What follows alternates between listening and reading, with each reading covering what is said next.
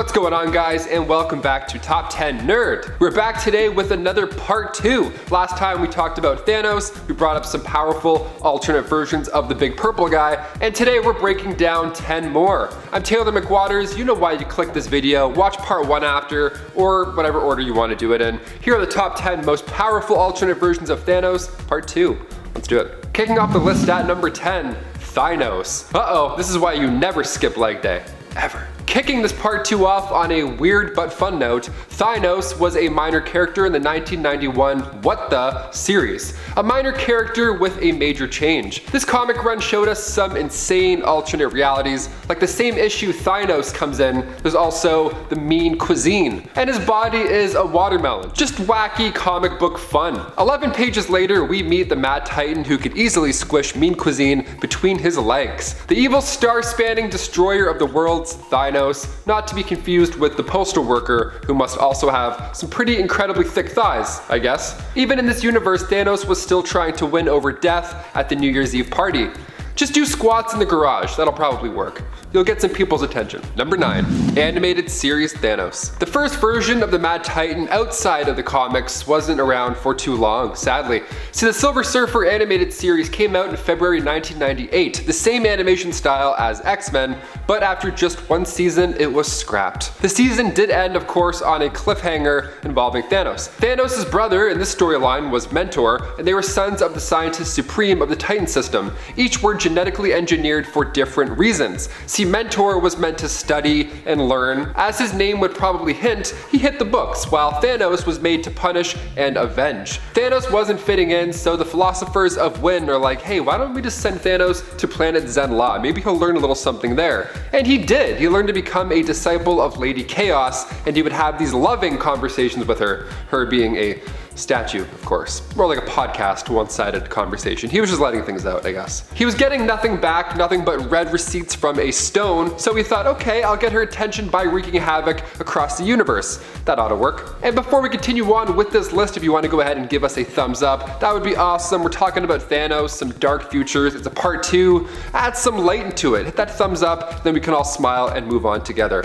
Back to the list. Number 8, Thanos Doppelganger. When the dark side of Adam Warlock, Magus, was out trying to conquer the cosmos, he first thought it would be beneficial to create doppelgangers of all of our heroes and villains. The doppelgangers are usually obvious, you know, they're evil clones of whatever character they're supposed to be, but when he created a Thanos clone, he looked identical to the real one. He didn't have like arms hanging out of his head or anything, he was just another Thanos. So now Magus has Thanos as a sidekick, which sounds like a duo I try and avoid, but like the real Thanos, this Shade version too wanted to conquer. In Infinity War issue 5, both Titans come face to face and decide to team up and take down the Magus. But in usual comic book fashion, in order to penetrate the door into the Magus throne room, one of them, just one of them, had to perish. So they both fought, they monologued, and finally Doppelganger Thanos goes astral and then becomes a butterfly. Lovely. How lovely is that? This sounds great, and it is for a moment. That is until real Thanos eats the butterfly in order to regain lost portions of his personality. You're not you when you're hungry. Number 7, What If? These are always so fun to do, and with What If premiering this week on Disney+, we have to include this bizarre version of the Mad Titan. In What If Volume 2, Issue 34, Thanos defeats Galactus, or rather, he's able to change him back into a human being. Thanos conquers the cosmos, and Galactus was reborn as a king. The king of rock and roll, that is. You gotta love what ifs. Galactus, of course, had his memory wiped after this rebirth, so when he's born again in Kansas, he just begins a rock and roll career. I mean, what else is there to do in Kansas besides that, I guess?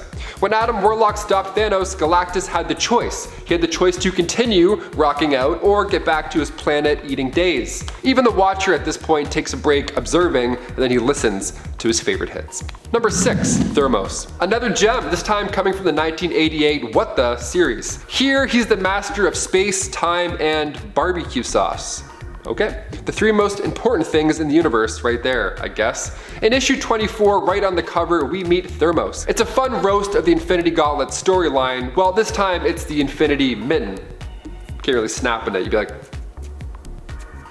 And it starts off with Thermos and Mephisto planning a double date with Death and her sister, taxes. The weirdest part would be that, I mean, sure, this comic is a fun parody, it's all fun and games, but he's still evil. He plans on using the Infinity Mitt so he can barbecue Earth's mightiest.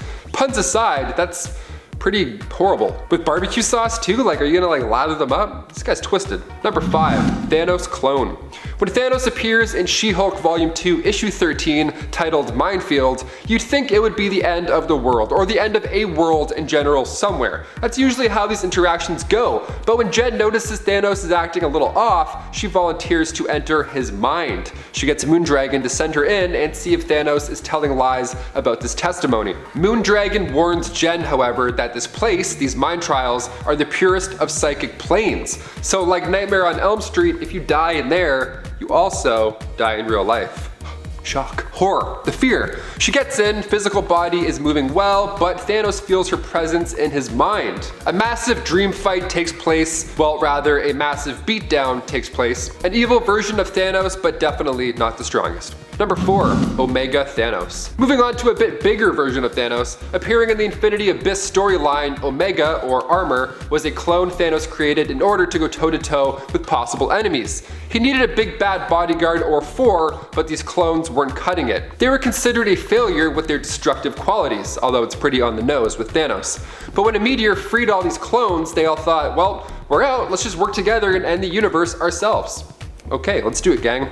They thought Adam Warlock was the secret ingredient, so they schemed and fought other heroes, but this Omega Thanos, he was just looking for a midnight snack. He would much rather build up his own power and feed off planets. I mean, that's the Galactus way. Omega Thanos died in space after following Atliza Landgun to another planet, and once there, Thanos teleported everybody back to Earth, while remote control ships rained fire on the big bad. Number 3, Mystic. Also appearing in the 2002 Infinity Abyss storyline, Mystic, you could probably guess is a clone of Thanos with a magical touch.